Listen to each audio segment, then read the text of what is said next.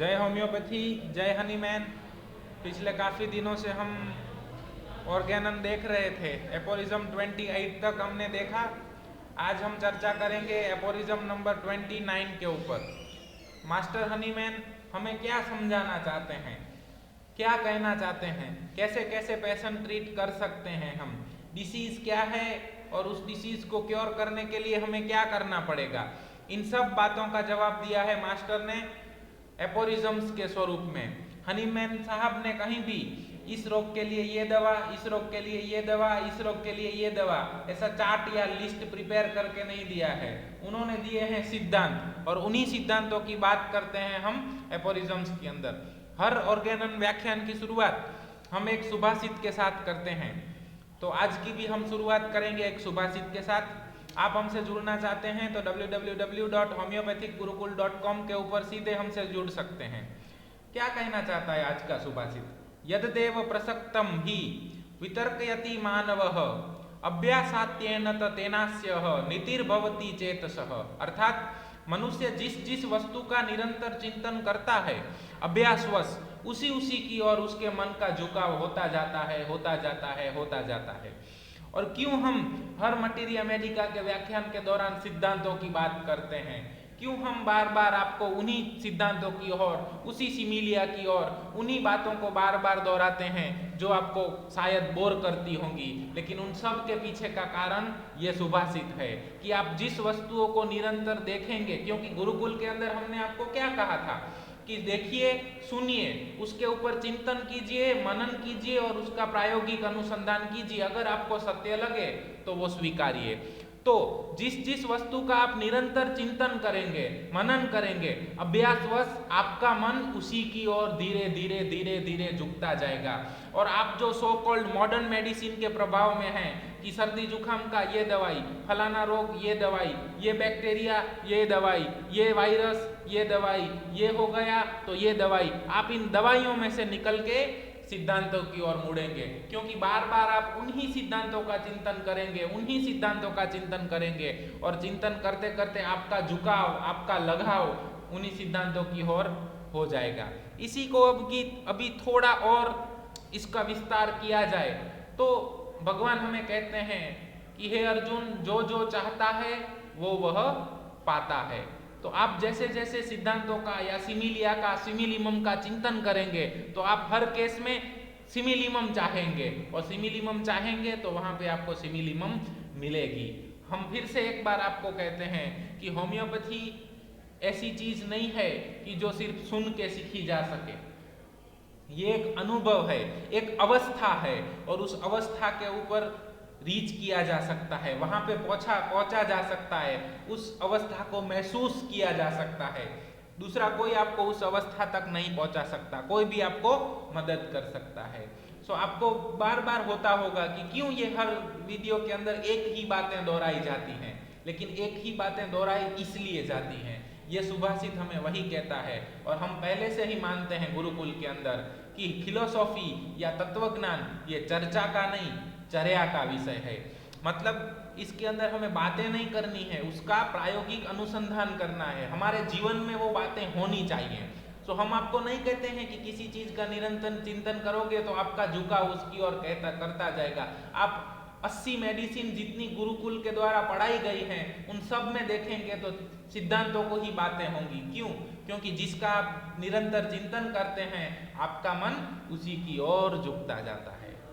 इसीलिए master Hahnemann ने भी पूरे ऑर्गेनन ऑफ मेडिसिन के अंदर इतने सारे एपोरिज्म्स लिखे हैं, लेकिन उन सब एपोरिज्म के अंदर अगर आप देखेंगे तो एक ही चीज को अलग अलग तरीके से और अलग अलग ढंग से बताई गई है। क्यों मास्टर हनीमैन ऐसा करते हैं? क्यों? क्योंकि मास्टर हनीमैन जानते हैं कि जिस जिस वस्तु का निरंतर चिंतन करना है, अभ्यासवश उसी की ओर आपका मन का झुकाव होता जाता है।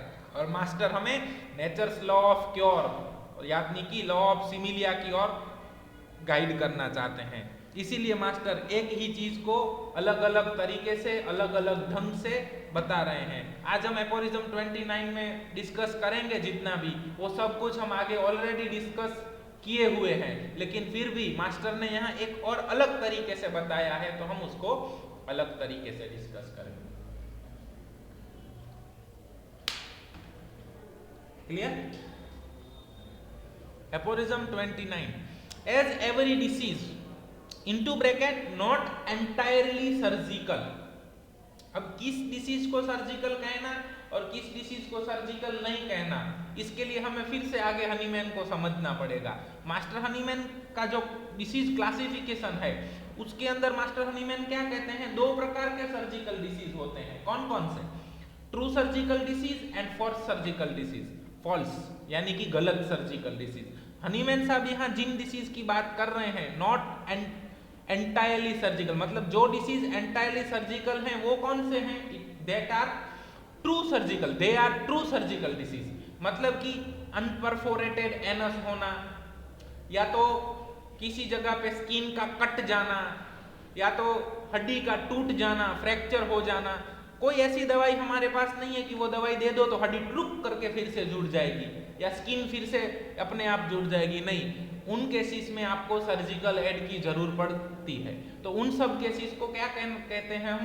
Entirely surgical disease. सो उस डिसीज को छोड़ देने के बाद जो सारे डिसीज रहते हैं एज एवरी डिसीज, मतलब जो प्योर सर्जिकल डिसीज हैं उनको छोड़ के बाकी के जो सारे डिसीज हैं consist only in a special morbid dynamic alteration of the our vital energy of the principle of the life। हमने आगे वाइटल फोर्स के ऊपर बहुत डिस्कशन किया कि वाइटल फोर्स किसे कहते हैं, वो क्या करता है, हेल्थ में क्या करता है, डिसीज में क्या करता है, रिकवरी में क्या करता है। मास्टर क्या कहते हैं कि कोई भी डिसीज होता है इन प्योर सर्जिकल डिसीज के अलावा, यानी कि स्किन कट हो गई है, इंजरी हुई है, तो वहां पे हमें मैकेनिकल एड की जरूरत है। उन डिसीज के बाद करके जो भी डिसीज होते हैं वो सब कहां से होते हैं? उन सब डिसीज का कारण क्या है? तो special morbid dynamic alteration of the vital energy. वो वाइटल एनर्जी यानी कि वाइटल फोर्स के अंदर कुछ अल्टरेशन होने के कारण ही हुई है। Clear? manifested in the sensation and motion.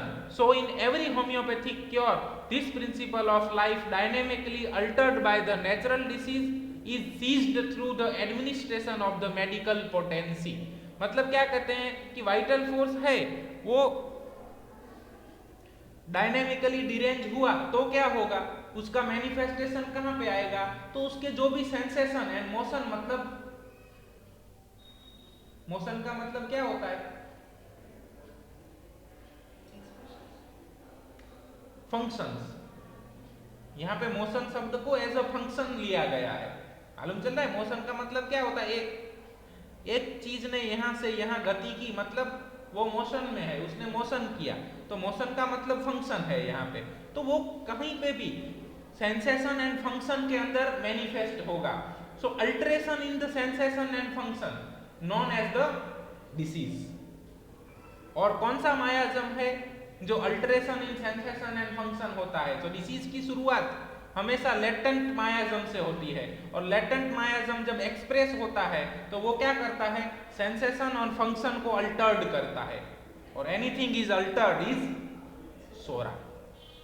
So in every homeopathic cure, this principle of life dynamically altered by natural disease is seized through the administration of the medicinal potency selected exactly according to symptom similarity by a somewhat stronger similar artificial disease manifestation। अब एक disease है जिसने कुछ sensation और function को Altered किया है और हमें उसका मैनिफेस्टेशन मिला है, तो हम क्या करते हैं? उसका जो मैनिफेस्टेशन है उसको अटकाने के लिए, उस मायाजम को लेटेंट फॉर्म में ले जाने के लिए एक और दवाई का प्रयोग करते हैं, एक दवाई की पोटेंसी का प्रयोग करते हैं कि जो पोटेंसी उसी प्रकार का लेकिन उससे थोड़ा स्ट्रॉन्गर आर्टिफिशियल मैनिफेस्टेशन पैदा कर सके। क्लियर हो रहा है? According to the symptom similarity. Hahnemann ने हर बार पे सिम्टम सिमिलैरिटी, पूरी ऑर्गेनन हम पढ़ते हैं तो हर जगह पे हनीमैन एक ही शब्द को दोहरा रहे हैं, symptom similarity, symptom similarity, symptom similarity. Hahnemann ने कहीं भी मायाजम सिमिलैरिटी नहीं कहा है, हनीमैन ने कहीं भी अभी तक किंगडम सिमिलैरिटी नहीं कहा है, फैमिली सिमिलैरिटी नहीं कहा है, इश्यू सिमिलैरिटी नहीं कहा है। हनीमैन क्या कहते हैं? Symptom similarity. आप कोई सब्सटेंस एक्स लेते हैं, सब्सटेंस एक्स को हेल्दी ह्यूमन को खिलाते हैं और जो भी सिम्टम हेल्दी ह्यूमंस के अंदर पैदा हुए उनको आप नोट करते हैं, तो वो क्या है कि सब्सटेंस एक्स ने वाइटल फोर्स को डिरेंज किया, तो वाइटल फोर्स कैसे कैसे मैनिफेस्टेशन करेगा। अब आपको पेशेंट एक है जिसको वाई नाम का कोई डिसीज हुआ है और वो कुछ मैनिफेस्ट कर रहा है, तो उसका टोटालिटी बनाया, तो उसका टोटालिटी और सब्सटेंस एक्स का टोटालिटी सिमिलिमम, मतलब कि कुछ हद तक मिल रहा है, तो उस वाई नामक डिसीज के अंदर हमें सब्सटेंस एक्स प्रयोग करना है। क्लियर हो रहा है? अगर उसका पिक्चर मिलता है तो। अब दूसरा एक व्यक्ति है जिसके अंदर वाई नामक रोग ही हुआ है, लेकिन वो वैसे हमें सिम्टम्स नहीं दे रहा है जैसे एक्स नाम की दवाई में है, तो वहां पे एक्स नाम की दवाई प्रयोग नहीं हो सकती है। हनीमैन के लिए डिसीज का मतलब होता है alteration in the sensation and function, not any name of the disease. Hahnemann के लिए कफ से लेके कैंसर तक डिसीज नहीं है। हनीमैन के लिए डिसीज क्या है? Alteration in the sensation and function. Clear हो रहा है? हम क्या करते हैं, कॉन्स के लिए दवाई ढूंढते हैं, वाट्स के लिए दवाई ढूंढते हैं, स्टोन के लिए दवाई ढूंढते हैं। हनीमैन मना करते हैं। हनीमैन क्या कहते हैं? दवाई ढूंढो ऐसे व्यक्ति के लिए जिसको स्टोन या वाट्स हैं और उस व्यक्ति के सिम्टम्स लीजिए। हनीमैन नहीं कहते हैं कि वाट्स लीजिए या स्टोन लीजिए, सिम्टम्स लीजिए। सिम्टम्स मतलब लोकेशन, सेंसेशन, कॉन्कोमिटेंट, मोडालिटी। ये 4 सिम्टम को कंप्लीट सिम्टम बना के उसके ऊपर प्रिस्क्रिप्शन करना है। एग्जाम्पल के तौर पे हम लेकेसिस नाम की दवाई लेते हैं, तो 100 लोगों के ऊपर लेकेसिस नामक दवाई प्रयोग किया गया, तो उसमें लेफ्ट साइडेड डेथ ज्यादा मिला, उसके अंदर ब्लीडिंग ज्यादा मिला, हीट फ्लसिस मिले, गर्मी होना मिला, टाइट क्लोथिंग नहीं पहन सकते, और कुछ लोगों के अंदर उसमें डायरिया वॉमिटिंग मिला, तो डायरिया जाने के बाद अच्छा लगा। कुछ लोगों के अंदर उसमें मेंसिस में जो महिलाएं थी तो उनको सारे सिम्टम्स हेडेक वगैरह थे, वो मेंसिस में आते ही हेडेक रिलीव हो गया। कुछ लोगों का ब्लड प्रेशर बढ़ गया, एक्सेट्रा एक्सेट्रा, बहुत सारे ऐसे सिम्टम मिले और हमने उन सब को नोट करके रख दिया। क्लियर हो रहा है? उसको उसमें से कईयों को हाइपरटेंशन हुआ, कईयों को कॉन्स या कुछ भी गिन लीजिए। हम होम्योपैथी के अंदर प्रूविंग पैथोलॉजिकल लेवल तक नहीं करते हैं, तो हमें कहीं पे भी स्टोन या वाट्स या कॉन्स या ऐसा कुछ भी प्रूविंग के दौरान नहीं मिलता है। प्रूविंग के दौरान हम कितना प्रूविंग करते हैं कि उसके सेंसेशन और फंक्शन अल्टर्ड हो। क्लियर हो रहा है? सेंसेशन और फंक्शन अल्टर्ड हो, उसके बाद हम प्रूविंग को खत्म कर देते हैं। हम कब किसी भी मेडिसिन को कैंसर की हद तक या डिस्ट्रक्टिव लेवल तक प्रूव नहीं करते हैं, लेकिन हमें चाहिए ही उतना कि सेंसेशन और फंक्शन अल्टर्ड हो और जो सिम्टम मिले। अब अपने पास कोई मरीज आता है जिसको थ्रोट में टॉन्सिलाइटिस हुआ है, स्पेशली लेफ्ट साइडेड टॉन्सिल, और वो गले के आजू बाजू टाइट नहीं पहन सकता, तो वहां पे हमें क्या सोचना है?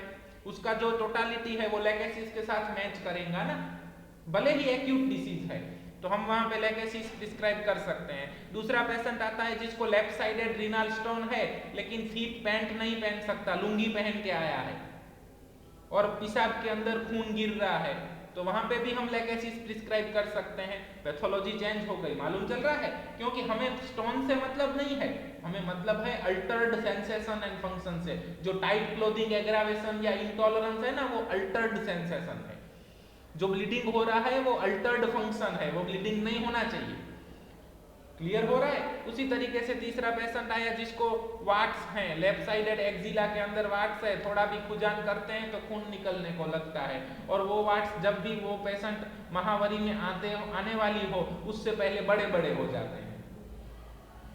Again we have to think lachesis. क्यों? क्योंकि अल्टर्ड सेंसेशन एंड फंक्शन, हमें प्रूविंग के अंदर वाट्स, कॉन्स, स्टोन, टॉन्सिलाइटिस या कैंसर ये मिले या ना मिले ये दूसरे नंबर की बात है, लेकिन हमें अल्टर्ड सेंसेशन एंड फंक्शन मिलते हैं और हमारा पूरे का पूरा फोकस उसी के ऊपर होता है। क्लियर हो रहा है? हम कहां कहां भूलें कर रहे हैं? हम मेडिसिन ढूंढने जाते हैं डॉक्ट्राइन ऑफ सिग्नेचर के ऊपर से कि पेशेंट है तो बार बार जीभ ऐसे ऐसे निकल रहा है तो इसको स्नैक में से बनती दवाई दो। हर बार जरूरी नहीं है, या तो उसको स्नैक ग्रुप में से दवाई दीजिए, हर बार जरूरी नहीं है। शायद उसके होठ सूखते हो तो इसलिए भी वो करता हो, अभी क्या है विंटर है ना तो होठ सूख जाएंगे। हमें ओवर ऑब्जर्वेशन और ओवर इंटरप्रिटेशन करने की आदत पड़ जाती है। ये हमें प्रैक्टिस में सबसे ज्यादा नुकसानदेह है, हमें नहीं करना है। क्लियर हो रहा है? हम कहां कहां भूलें करते हैं। हम आपको कुछ नया ऑर्गेनम या नई मटीरिया मेडिका नहीं सिखा रहे हैं, इसमें से हमारा कुछ नहीं है, ये सब मास्टर हनीमैन दे के गए हैं। हम तो सिर्फ एक जरिया हैं, उनकी जो भी नॉलेज है वो हमें जितना भी समझ पाए हैं वो आप तक पहुंचा रहे हैं, और ये हमारा अकेले का नहीं है, पूरे गुरुकुल की टीम के द्वारा जो समझा गया है वो है। मालूम चला, अब हम वैसा ही आर्टिफिशियल डिसीज प्रोड्यूस करेंगे और उसको थोड़ा स्ट्रॉन्गर हो, तो अब यहाँ पे पोटेंसी का क्वेश्चन आता है कि कौन सी पोटेंसी यूज करें। बहुत सारे अलग अलग क्राइटेरिया दिए हुए हैं, लेकिन अभी के दौरान, इस समय के दौरान ऑलवेज, ज्यादातर केसेस के अंदर, ऑलवेज नहीं कह सकते हम, start with 30, go to 200 and then 100।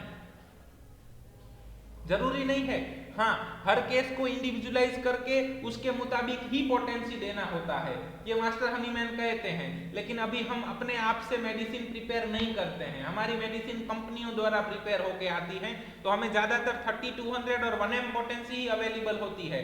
So direct 200 या 1M दे देने से अच्छा है कि हम स्टार्ट 30 से करें, 15 दिन के बाद 200 करें, 15 दिन के बाद 1M करें। 30 दें तो BD दें, 200 दें तो OD दें, 1M दें तो अल्टरनेट डे, थर्ड डे या वीकली दे सकते हैं, और कुछ फर्क बहुत नहीं पड़ता है। हाँ, उन लोगों को फर्क पड़ता है जो सिमिलिया तक पहुंच जाते हैं, उन लोगों के लिए प्रश्न है कि पोटेंसी कैसे सिलेक्ट की जाए। लेकिन हम लोग जो बिगिनर हैं, जिनको अभी सिमिलिमम तक पहुंचना भी अच्छे से नहीं आता है, तो हमारे लिए पोटेंसी कोई सवाल नहीं है। इस सवाल का एक ही जवाब है, स्टार्ट विथ 30। अगर 30 उससे थोड़ा स्ट्रॉन्गर डिसीज प्रोड्यूस कर देगी तो हमारा पेशेंट 30 से ही इफेक्ट करने को लगेगा और पेशेंट वहां से ही क्योर के रास्ते पे चलेगा। अगर 30 उससे कम पड़ रही है तो नेक्स्ट टाइम आप 200 देंगे। अगर वो नेचुरल डिसीज से स्ट्रॉन्गर है तो वहां से आपको क्योर शुरू हो जाएगा। वो भी नहीं है तो 1M दीजिए। अभी तक बहुत कम केसेस होते हैं जिसमें 1M से भी ज्यादा पोटेंसीज की जरूरत पड़ती है, एटलीस्ट फर्स्ट टाइम इफेक्ट शुरू होने के लिए। उसके बाद अगर एक बार आपको किसी मेडिसिन ने इफेक्ट दिया है तो उसको हायर पोटेंसी तक ले जाना है, ये दूसरी चीज है। क्लियर हो रहा है? हम पोटेंसी में ही सबसे ज्यादा गड़बड़ाते हैं, सर कौन सी पोटेंसी दूं, क्या दूं, होम्योपैथिक एग्रावेशन आ जाएगा। तो आप क्या मानते हैं कि किसी पेशेंट को रिंगवर्म हुआ है और आपने कोई भी मेडिसिन दी और हायर पोटेंसी में दी तो उसको एग्रावेशन में क्या होगा, रिंग उससे बड़ा रिंगवर्म हो जाएगा। या तो किसी पेशेंट को सोरियासिस हुआ है, आपने उसको टोटालिटी बना के, यहाँ सब बातें हो रही हैं वो टोटालिटी बना के सिमिलिमम देने की है, हाँ, ऐसे ही कोई भी मेडिसिन दे देने की बात नहीं है। किसी पेशेंट को सोरियाटिक पैच हुए हैं और आपने उसको कोई भी मेडिसिन उसको चाहिए उससे हायर पोटेंसी में दी तो क्या होगा, सोरियासिस के पैच बढ़ जाएंगे। देखा है कभी ऐसा पेशेंट?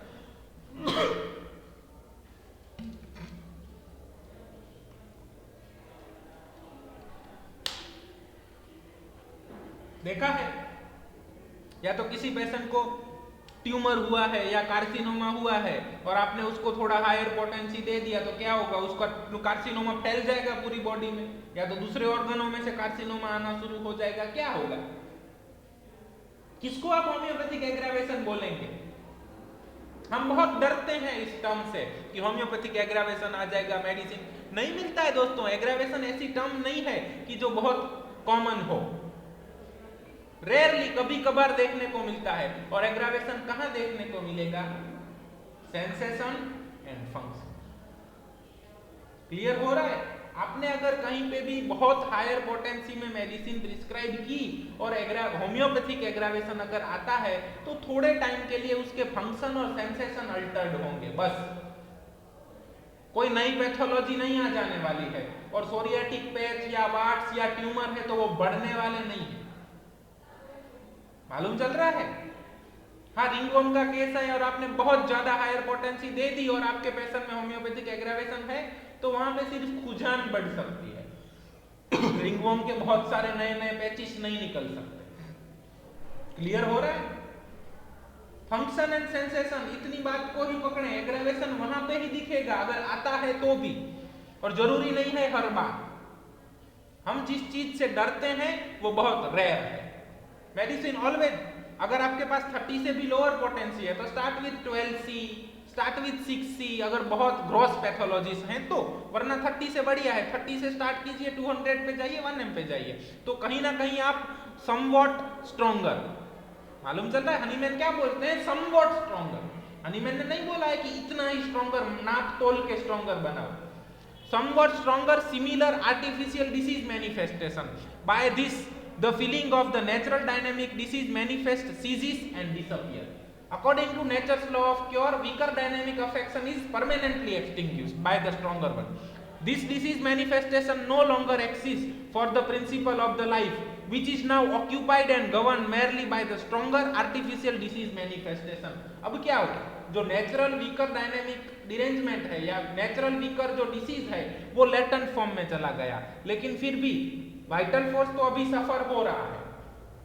मालूम चल रहा है जो एग्रावेशन आने की या क्योर होने की प्रोसेस है वो सब वाइटल फोर्स के ऊपर हो रही है, एनर्जी लेवल के ऊपर हो रही है, ना कि फिजिकल लेवल के ऊपर कि आपने वाट्स के लिए दवाई खिलाई और सुबह को देखा तो 5 में से 15 वाट्स हो गए, इसको ऐसा एग्रावेशन नहीं होता है।